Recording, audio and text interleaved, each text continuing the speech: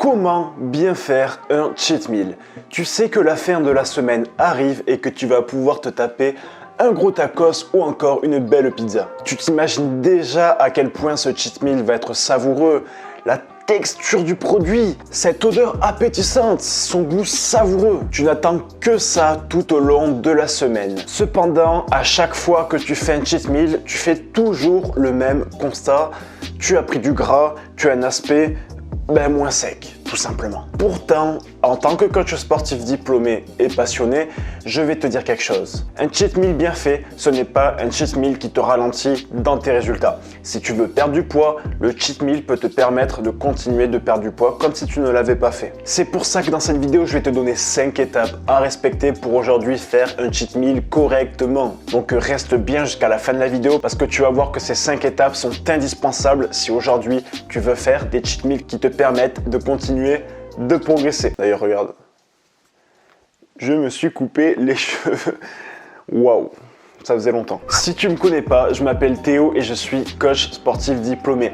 Je suis un ancien skinny fat et même un ancien mec en surpoids, mais qui est du coup devenu skinny fat en perdant du poids et qui ensuite s'est sculpté un corps plus athlétique dans lequel je me sens bien, tout simplement. Par contre, je dis pas que je suis le mec le plus musclé, il y a encore du travail, mais crois-moi que je charbonne à fond. J'ai d'ailleurs créé cette chaîne pour aider les skinny fat à se sculpter un corps plus athlétique. Tu trouveras plus de 100 vidéos pour te muscler, perdre du gras, te sculpter un corps plus athlétique.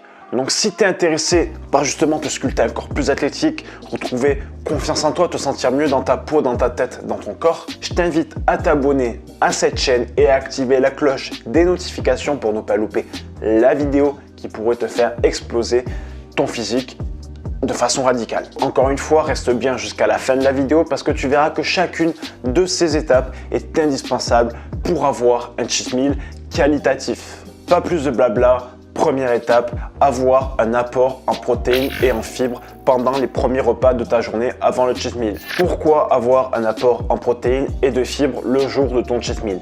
Tout simplement parce que ça va te permettre de te caler avant le cheat meal. Moins tu vas avoir faim, plus tu vas réduire les dégâts causés par ton cheat meal parce que tu vas manger moins, tout simplement. Imaginons que tu vas manger pizza le soir à 20 h, que tu as 3 repas avant dans ta journée. Pendant tes 3 premiers repas, tu apportes une source de légumes avec une source de protéines à chaque repas. Et de cette façon, ça va t'apporter déjà très peu de calories et en plus, ça va t'apporter un effet de satiété pour pouvoir justement te faire plaisir le soir qui arrive. Deuxième étape, ça va être de limiter les glucides et les lipides. On en revient au même principe que la première étape. En diminuant les glucides et les lipides, tu vas diminuer le nombre de calories dans la journée, donc le soir, tu vas pouvoir plus te faire plaisir. Troisième étape, ça va être de boire de l'eau. Tu sais, moi, quand j'étais plus jeune, comme je te le disais, j'étais en surpoids. Et j'ai toujours eu cet effet où j'avais tout le temps faim, tu vois. Et ce qui m'a permis, la plupart du temps, de ne plus avoir faim, c'est de me rendre compte qu'en fait, je n'avais pas réellement faim, mais j'avais soif. Je me levais tout le temps le soir pour aller manger. Et à partir du moment où j'ai compris qu'en fait, je n'avais pas faim, mais j'avais soif, qu'en fait, je n'avais pas faim, mais j'étais déshydraté, je n'avais plus faim. Je buvais. Et une fois que j'ai fini de boire, j'avais plus faim et j'avais plus soif. Comme par magie. Donc, essaye vraiment de faire cette distinction entre j'ai soif et j'ai faim. N'attends pas d'avoir soif. Bois de l'eau la journée avant ton cheat meal et tu verras que ton cheat meal, tu vas limiter la casse. Ton cheat meal, il faut bien évidemment ne pas le faire exploser. Faut pas manger tout ce que tu peux. C'est pas un chinois, c'est pas un truc à volonté. Faut limiter la casse. C'est un plaisir, mais pas non plus un plaisir complètement dégueulasse. Quatrième étape, on va rentrer un petit peu dans du plus technique. Ça va être de connaître à peu près l'apport en calories que va t'apporter ton cheat meal. Tu te doutes bien que manger seulement un tacos, ça ne va pas t'apporter les mêmes calories que manger un tacos plus un coca, plus des frites, plus une Ben & Jerry's en dessert. Et pour ça, je vais t'aider sur 2 points. Le premier point, ça va être de limiter ce que tu vas manger.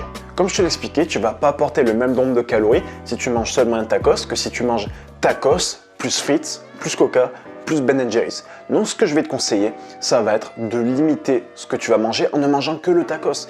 Par exemple, si tu vas manger pizza, au lieu de prendre pizza plus un verre de vin, plus un dessert, plus une entrée, tu ne manges que la pizza avec pourquoi pas un verre de vin, mais tu limites l'entrée, tu limites le dessert, tu limites les verres d'alcool, tu ne vas pas manger le reste des pizzas de tes copains, tu vois. Le deuxième point sur lequel je vais t'aider. C'est la base de l'étape 4 en fait, ça va être d'adapter son total calorique à la semaine. Imaginons que tu veux te taper un tacos, mais toi tu es vraiment très fan de tacos, tu vois.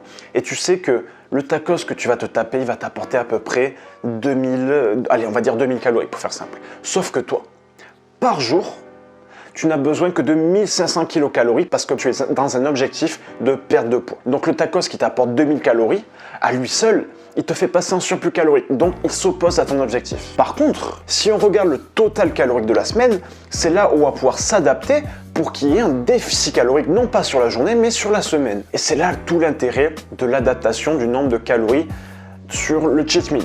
Parce qu'il y a des gens, par exemple, imaginons, ils vont faire un déficit de 200 kilocalories du lundi au samedi, donc ils mangent 1000 au lieu de 1200. C'est un exemple, hein, c'est pas du tout dans la réalité.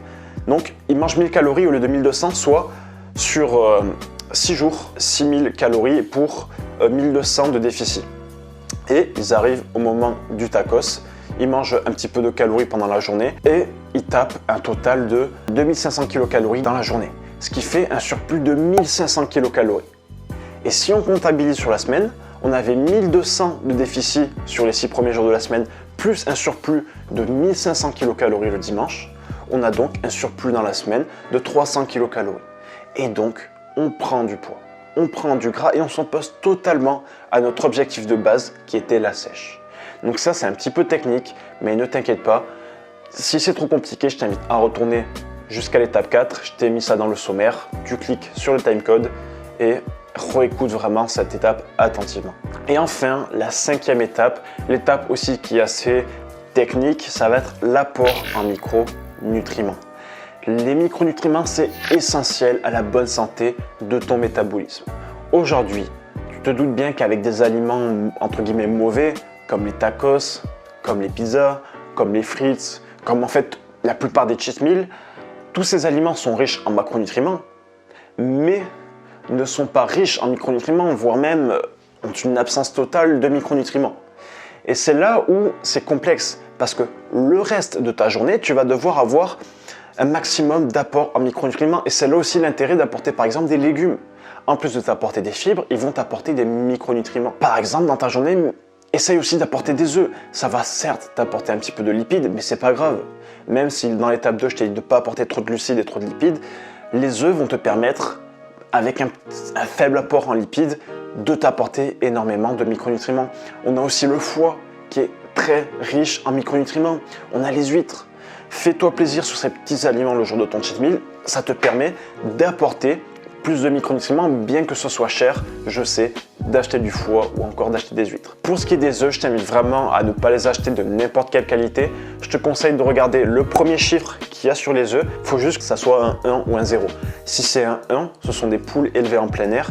Et si c'est un 0, ce sont des poules qui sont élevées de façon bio. Ces œufs seront de meilleure qualité que des poules élevées en cage, mais c'est des poules qui sont élevées dans des conditions de merde. Des poules qui sont stressées, et forcément des poules qui sont stressées te pondent des œufs de qualité mais complètement arrachés, tu vois. Genre les œufs, tu vaut mieux pas les manger en fait. Bref, tout ça c'est assez complexe et j'en reparlerai dans la diète flexible.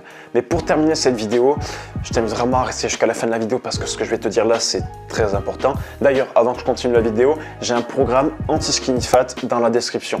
Ce programme, il va te permettre de prendre plus de muscles, de perdre du gras et être plus athlétique. Si aujourd'hui tu es un skinny fat, il est vraiment optimisé pour les skinny fat. Donc si aujourd'hui tu es un skinny fat, que tu cherches à avoir un corps plus athlétique, je t'invite à télécharger ton programme anti-skinny fat dans la description, c'est totalement gratuit. On continue sur la vidéo. Le cheat meal, c'est un peu lié à la diète flexible au niveau de son approche pour l'optimiser. La diète flexible, c'est un monde, un domaine qui est assez complexe et c'est pour ça que j'en ferai sûrement une prochaine vidéo, peut-être même demain si je suis motivé pour t'expliquer comment fonctionne la diète flexible. La diète flexible, c'est tout simplement avoir des journées où tu apportes 80% d'aliments sains et 20% d'aliments pas sains. La première difficulté avec la diète flexible, c'est de savoir quels aliments sont considérés comme sains et quels aliments sont considérés comme pas sains. C'est aussi d'avoir les bons apports en micronutriments parce que forcément, quand tu as 80-20, les 20% d'aliments malsains, entre guillemets, ils ne t'apportent pas de micronutriments.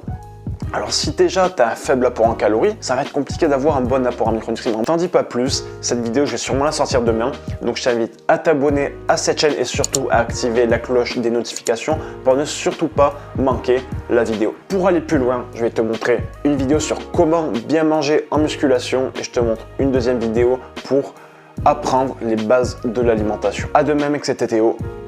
Ciao ciao.